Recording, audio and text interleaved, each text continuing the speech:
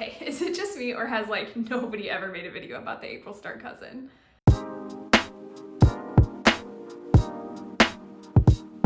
Hi friends, what is up? Welcome to my channel. Today I'm going to be walking you through my setup for the April Start Hobonichi cousin, which I have right here. Bit of background, I used the Hobonichi cousin through 2021. I kind of fell off around October when I was planning on switching into a Hobonichi Weeks, which I did get in their September launch. But I don't know, something about the cousin just called me back. I feel like so many people think they can go from using a cousin to using like the Hobonichi Weeks as their everyday carry, and they get there and they're like, where did all the space go?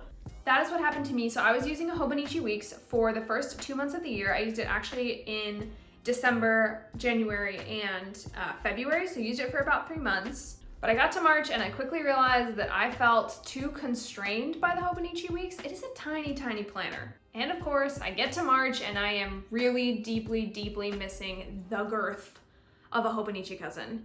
So I went ahead and purchased the April Start cousin, which I have now, and we're gonna walk through. Has anybody else ever used an April Start cousin? This is my first time. I would love to know your experience down in the comments because it is a weird time to start a planner, no? So without further ado, I'm gonna take you guys over to the flat lay and we are gonna take a look at how I have this baby set up. So I'll show you a chunk update right now. This is my previous Hobonichi cousin. You can see that it got so dirty, which is why I got both the plastic case and a case that I'm actually gonna keep the planner in, because this, just like throwing it in my bag, it got so dirty, which I'm really not a fan of. But I did get it pretty chunky. You can see right here that it's quite a bit chunkier than the current one, although the current one has like I have my budget section in the back, which I'll go through, but you can see that it is kind of chunky in the back, so it's kind of skewing the results, but essentially it should be like that thin, and this one's like pretty chunky. So, okay, so for those of you who aren't familiar, this is what the cover of the April Start cousin, the spring cousin, looks like. This is in the Midori cover that most people have their cousins in. It's actually my first time trying the Midori cover. I really don't hate it. I thought I was gonna have to stretch it out way more, but it actually looks pretty good. I also have this thing completely decked out with Coffee Monsters Co. stuff. So we have the Coffee Monsters Co. Tabs for each month. I mean, I didn't do such a good job of lining them up. You can see like the emoji heads are on like all different sizes. But I really like the way that it turned out. Because it's an April Start cousin, this actually starts later. So January, February, March start later than the rest of the year in the planner, because this is technically 2023. So that's why I have it before January here, April, and all the other months. So I'll take you through what all of the tabs look like. Let's get started. So when you open it up, you normally have this blank page here. I filled it out, like I said, with Coffee Monsters Co. stickers. Essentially, I just fell in love with the affirmations pack that she made, and I really, really wanted to put it right at the start when I opened my cousin, so that every time I open my cousin, I can read one of these and feel the affirmations sort of go through me. Affirmations are super new. Maybe I'll make a video on like affirmations at some point, but like, they're super new to me, so if this doesn't work, I will definitely update you guys. So like all the other cousins, you start with this year at a glance. This sticker is from the pack that comes with the Animal Crossing cousin case, which I actually do have. I purchased the case and I will be using it for this cousin. I'm absolutely obsessed with it. I kind of want to create like an island in Animal Crossing based off this case. So like I'd have each of the villagers as they look like on the case, and I'd try to have like, I think there's like 11 little villagers scattered around. So I'd pick, you know, the 10 of them or so that I like the best and try to get those. I don't know. If you guys are interested in Animal Crossing and want to see me play, let me know. But that is my cover. So it starts with this yearly section. So I'll show you what I did last year. Essentially what I do in most of the planners that have a yearly section, where I think I'm not gonna use like this page because I'm not gonna use the previous year or the following year, is I'll cover it with something sort of meaningful to me. So last year I did my 2021 yearly tarot spread there. And then I think in my weeks, I also had sort of like a wheel of the year. But in this one, I'm not quite sure what I'm gonna do yet, just because this is technically, like, these 3 months are technically relevant and these 3 months technically aren't, right? Because it will start, this planner starts in April.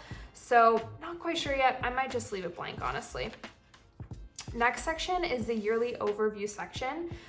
So I have tried just about everything with this section. I've tried the Lindsay Scribbles method of doing it like a Cal index. I've tried elaborate habit trackers, which, you know, each row is a different habit and there's 10 habits each month. I've tried sort of like writing gratitude. I've tried writing one thing I did for myself every day in the lines, but I think where I've settled is doing sort of like a health tracker, but not quite in the way that you think. So let's look at my Hobonichi cousin from 2021. And I'll go to the monthly section, or the sort of Cal index section. I guess you can see me flip through my 2021 spread, which was like, you know, kind of all over the place. See what I mean? Like, I tried a bunch of things. I tried a step counter for a while. So this is what I eventually settled on that I really do like.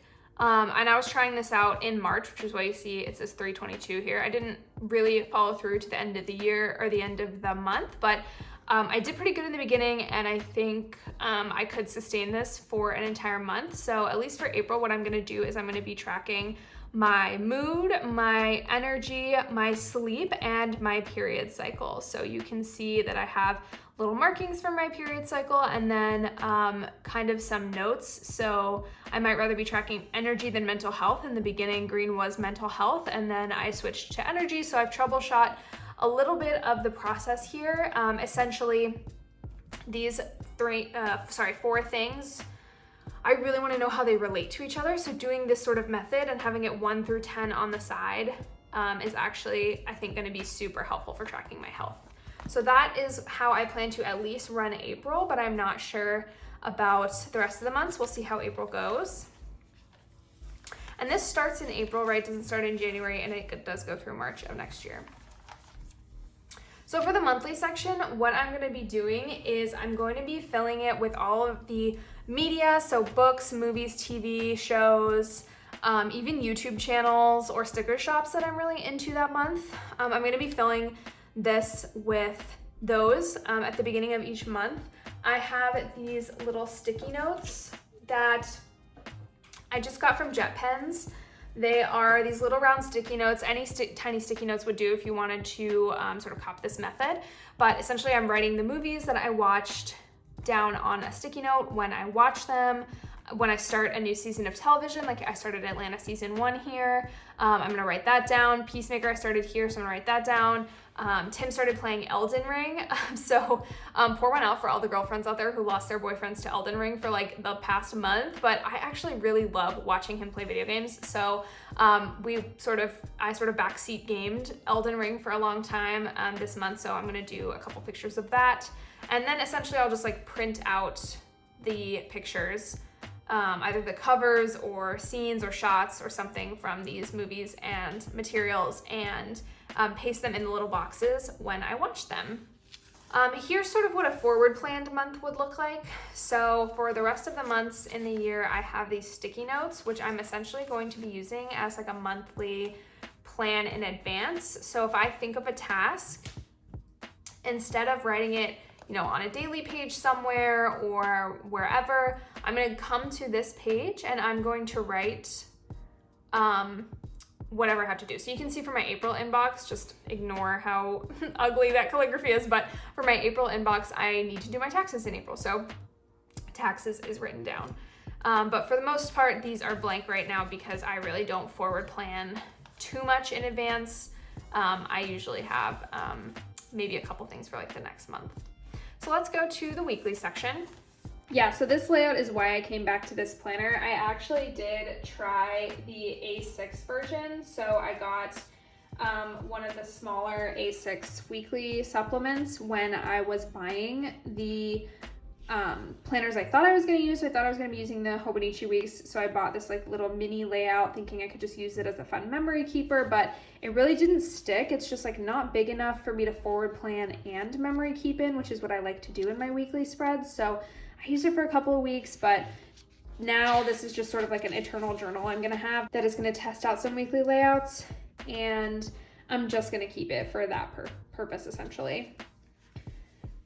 So on my weeklies, what I like to do is I like to block out my time. So I'll show you an example from my current Hobonichi cousin. Okay, so yeah, so this is a couple of weeks ago. You can see that I have a bunch of emoji stickers and little stickers here and there. My sidebar is full of goals and one tracker that I did not fill out. I'll talk about my current tracking system a little bit later, but you can see that I have my goals here and goals for the week. And basically how I start a weekly layout is I will draw in like these commitments. So work every day, I have work every day. I have, therapy once in a while. I have my commute, I have to get ready. And then I will just leave these big blocks in there of empty time. So for example, this one, I had a big empty time on Sunday morning and I filled it in with what I call a strategic block, which is part of my productivity system for DBP, which is the initials of an organization that I'm working with to create a website for them. So I had an empty block there and I was like, you know what I can do there? I can do some digital work sort of in that block on the weekend. So this is what a weekly layout looks like for me. Honestly, not too crazy, not too sticker heavy, but I do like to put in a few like emojis here and there and mood track at the top, because sometimes you just like nothing expresses your feelings better than just like putting down a sticker. Okay, so let's close this, go back here. So that's how I'm going to use the weekly section, both forward planning and then at the end of the day coming in, doing the mood, filling out what happened. Let's go to the section that I'm calling my index. So this is that turning a page to the new year spread, except for the April Start Cousin, it actually says up here underneath, of course I've covered it with washi tape, but it says up here, turning the page. So it still acknowledges the fresh feeling of having a new planner, but doesn't sort of say you're in a new year, because you're literally not with the April Start Cousin. I've split this into two pages, one called my index page and one called my someday page. So my someday page is for all of those tasks that I think I might want to do or that I don't want to get rid of or delegate completely. Like I want to do them someday, but I'm just not sure where they fit in and they're not time bound. So they will go on the someday page. I've split it into two columns here. The index page, I'm not really an indexer, to be quite honest. I have tried to set up indexes before and I've never used them, so I'm not too particular about whether or not this page gets filled out, but it's here if I need it. So for example, if I make a collection randomly on a daily page and I'm like, I really actually do want to remember where this is, then I will note the date and I will write the date here and I'll write the collection. So super chill. I'm not too worried if it doesn't get filled out because like I said, I'm not really that much of an indexer anyway. The April Start also has this blank page here, and it is not in the other cousin, like not in the standard cousin, but I'm just going to use it if one of these two pages fills up for some reason and I use them more than I'm anticipating. I am going to carry on whichever page fills up first onto this page, basically. So into the daily pages. For the monthly dashboard-ish pages, I'm not quite sure what I'm going to use it for. I've been pretty inconsistent in using this page in the past. I have done things like monthly tarot spreads on this page, goals brainstorms on this page, sort of written a little journal about how I want the month to go. So this is going to be sort of like a whatever I need to brain dump at the beginning of a month. So the daily pages are going to be sort of the bread and butter of this planner, right? I really like all of the space that this gives you to journal, to write, to tape things in. There's never a moment when you have run out of space. And for a while in my previous cousin, I did get overwhelmed with the amount of space here, but I'm actually not too worried about that in this cousin, because I know that any space that I don't take up, that I don't write in, it just serves to reduce chunk of the planner. So I'm kind of going in with that mindset. But essentially how I like to organize these daily pages is I like to have a to-do list in this column and journaling or note-taking or something else in this column. Occasionally I'll tape things in, right, from products that I get if I like the label, or tickets if I went to like a concert or rode an airplane or something like that. I'll tape them in, but mostly it's going to be for day-to-day sort of productivity and journaling and notes and stuff like that. This is an example of what a filled out page looks like for me. You can see I have stickers here and there. I'm journaling on this side. I have notes for a meeting. I have a personal to do, a work to do. I have some YouTube content ideas. Mostly it's to-do list, journaling, or note taking, right? Occasionally I will only do like a to-do list over here, but I will not be filling this out. And sometimes it's just because I've had a bad day, and I'll just note that, right? I've just had a bad day, and that says bad day, and that's what that looks like now. This side is an example of a page that I left blank because I wasn't doing any work on this day, or because I wanted to take a break from my productivity system on this day and just relax. But I did get a package this week from this Etsy shop called Sienna Unknown. So cute, such cute stickers, and her packaging was so adorable that I had to tape it in because I just thought it was so cute. The little, you know, like vellum bag with the sakura flowers and her little like icon and stamps. I just thought it was adorable. So I do tip things in like that sometimes, but a lot of the times if I don't write on a day, I don't write on a day, and I just note why. On my daily pages, one of the things that has really transformed my productivity system is sort of a weekly dashboard that I insert into my daily pages, and I'll show you what that looks like. So I have one of the Hobonichi pencil boards. This one is the Animal Crossing one. I slot it in as sort of a bookmark to my planner, so I can just open right to the page. And it serves as a normal pencil board. If I use this side, I can just write on top of it. Or it serves as a weekly dashboard. So I have three parts to this weekly dashboard. One is an inbox full of tasks. One is a weekly spending summary budget sheet, and one is a habit tracker. And the reason I do this on a weekly basis is because these three things I've tried to slot into weekly pages, I've tried to put them into monthly pages, and I just will not fill out a tracker if it's on the sidebar. I will not go back to my monthly spread and fill out a tracker if it's here or here. I just won't do it. I know that I won't do it. I'm really not a habit tracking girl. So the sticky note at the back here that is serving as my habit tracker is really just there to support my week. It's whatever I want to do that week. Say I didn't drink enough water the previous week, I might write water. Like, see, 2 bottles of water every day was my goal for this week, right?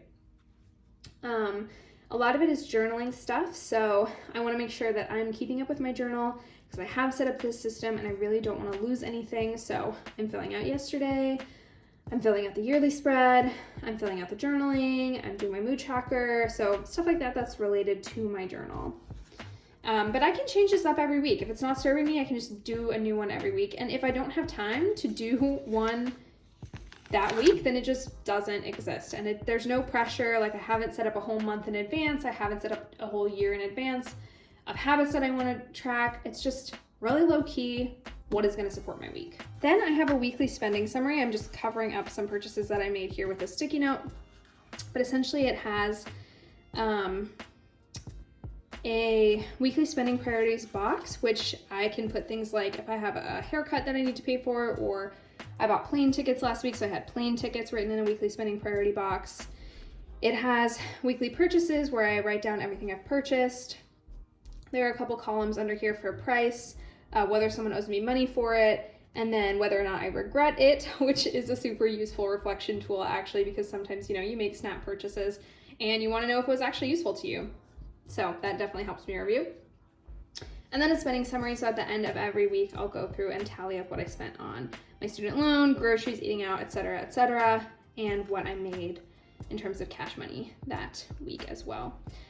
This gets used at the end of every week in another way, which I'll show you in just a second. But let's talk about my other piece of this, which is my inbox. So remember I showed you in my monthly spreads how I'm creating like a monthly inbox every month. So this is sort of like when I start a new month, this becomes this. Typically a sticky note like this is where I write anything that comes up during the week or month, or basically just the day, whatever day that I'm on, I will write it on this list. If it's an idea I have for something I want to do eventually, if it's a task that I have to do like this week, anything goes on this inbox list. And then when I sit down to plan my day, I will look at this inbox list and say, what do I have to do today? And I will write it in the day.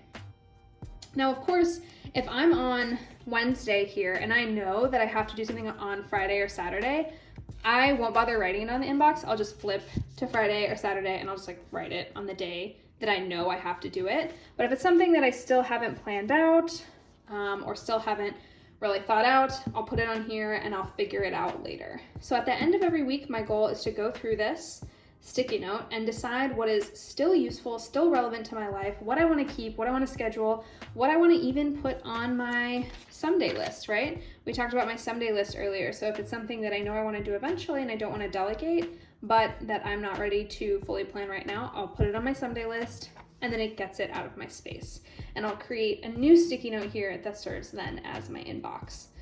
So this is like the bread and butter of my productivity system right now. It is the most useful piece because I would just be getting totally lost. I used to try to make to-do lists like in the sidebars of my weekly layouts or in the sidebars of my monthly layouts, and I just would never ever follow them. So this I think is going to really, really help, and it definitely has been helping for the past like month that I have been using it. So, okay, so back to the weekly spending summary. So this gets all written out and done at the end of every week, and then I'll just throw this away. I'm not really too concerned about it. I usually try to print it on scrap paper, so you can see this was a misprint, and I just printed this on the other side. So I usually try to print it on scrap paper so I'm not wasting too much paper, but essentially this works with my monthly budgeting section, which I will take you to right now. So here's my monthly spending section. You can see I have it all set up for April, and I have it through the end of the calendar year. So there's enough pages in the back to go through December. You can kind of see, I don't know if you can kind of see it through the paper, but you can kind of see there's like I just taped this over all the pages in the back of the Cousin that are written in Japanese that I don't use. I know I'm losing like the My 100 here and the gifts checklist and the graph paper and whatever, but I'm really not worried about it. I don't use those anyways. So I just taped over my monthly budget stuff. And there's a blank page in the front that I probably will use for like some kind of yearly tracker. But for now, this is how I'm going to be looking at my months. There is a monthly spending tracker here that's just an empty calendar spread. So for example, for March, my goal was no online shopping. So I would just check off every single day that I did not online shop. I have monthly priorities, same thing as my weekly priorities, things that I have to purchase, wins, things to improve. And then this is where each week I'll just copy out what I spent on my categories and then tally up the final column, what I actually spent on all of these things. And then I'll do like a total income, total spent, no spend days. So it's just really getting an idea of where my money is going. I'm not a very good budgeter right now, but I'm hoping this is one of my goals for this year. So I'm hoping this will really change it. Okay friends, that is the setup for my April Start Cousin. If you have ever used an April Start Cousin, let me know in the comments below. Let me know what you think of my setup, or if you have any questions about it as well. I'm gonna be doing an April monthly setup, so you'll actually get to see how I set up the months soon. So go ahead, subscribe, hit the bell notification for that. Otherwise, you can check out my latest video here. Thank you so much for watching. Have a great day.